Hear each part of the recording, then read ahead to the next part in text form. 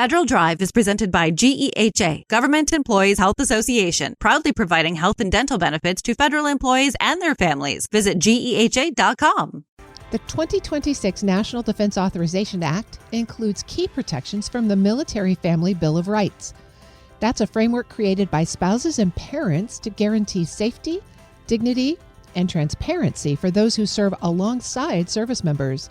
Brandi Jones, Organizing Director at Secure Families Initiative, is here to explain what these changes mean and why families fought for them.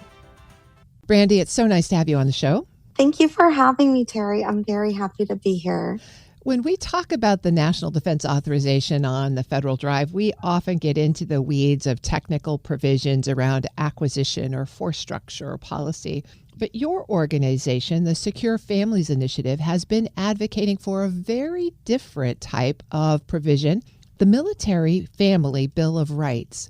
First, tell us a little bit about SFI, and then tell us about this campaign. Absolutely, Terry. Our organization, Secure Families Initiative, it's an organization founded by active duty spouses and currently led by active duty spouses. So we have a very unique lens into our everyday lives and also our community, because we hear from people who are currently serving their families all over the U.S. and all over the world. And so having this vantage point and the ability for us to then advocate on behalf of our families, we've really been able to put together some awesome legislation points that really get to the root of the issues that we're hearing in our community. So I've been very blessed to be the organizing director here at Secure Families Initiative for the past 4 years. And I was just really able to take a vision of meeting with families on a bi-weekly basis, specifically our families of color all over the U.S. and the world, and hearing what issues were impacting them, no matter where they were, I would say. I heard something as a through line, and that was concern for safety for the spouses and their children, as we're asked to change our permanent duty station every few years. So it really was like the foundation of hearing these stories and kind of saying, what if we developed legislation that really helped to get to the heart of the issues we're hearing? And so as you've built this campaign, you talked about the invisible weight of service, and you alluded to it there.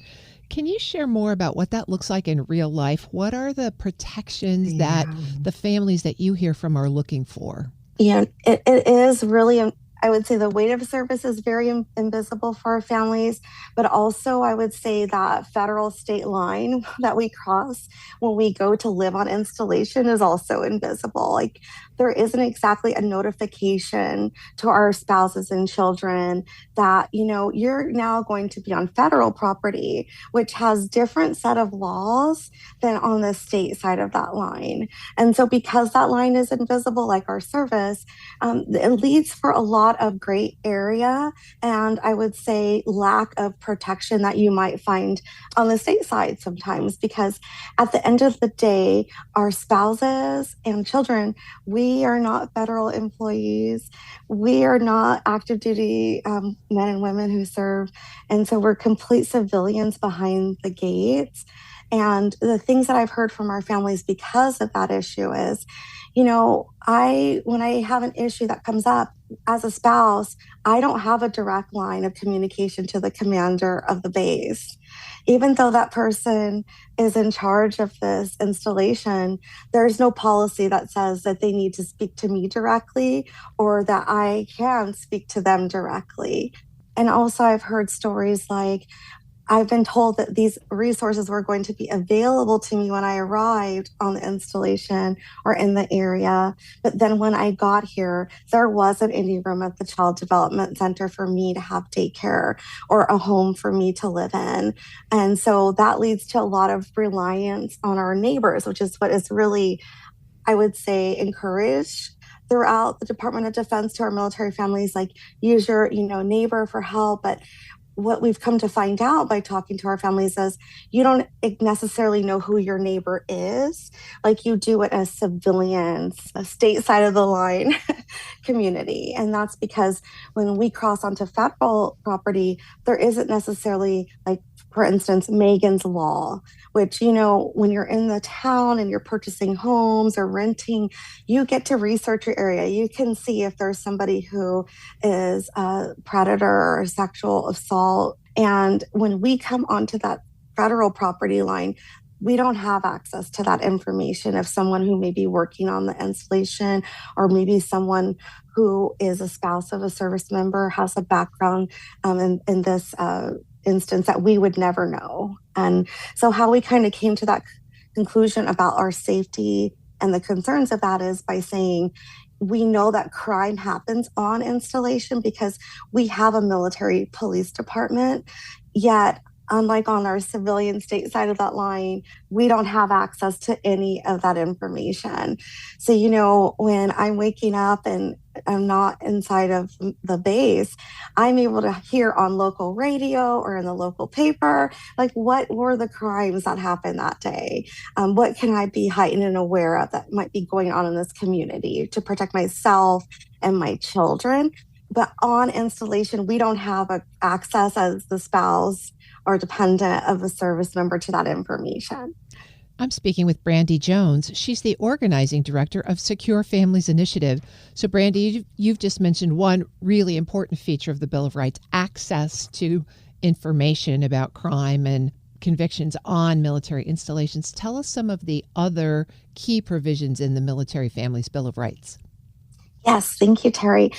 Another thing that kept coming up when we heard from our spouses was not really ahead of a PCS having any information given to us as spouses about the place that we're going to be moving to.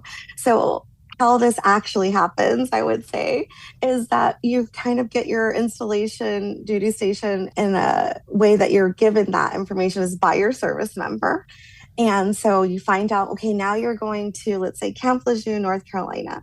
So as a spouse, the onus is on you and as a service member to then find out all information that you could imagine is a lot that would go into relocating your family. So ahead of time, you're not provided anything about the education system, the availability of special needs education. You're not provided anything about like the data of the area, the racial, ethnic demographics of the area. Like we were speaking earlier, like the crime status, statistics of the area, or really any information. You have to go out and kind of start this search on your own about anything related to where you're going to be asked to move.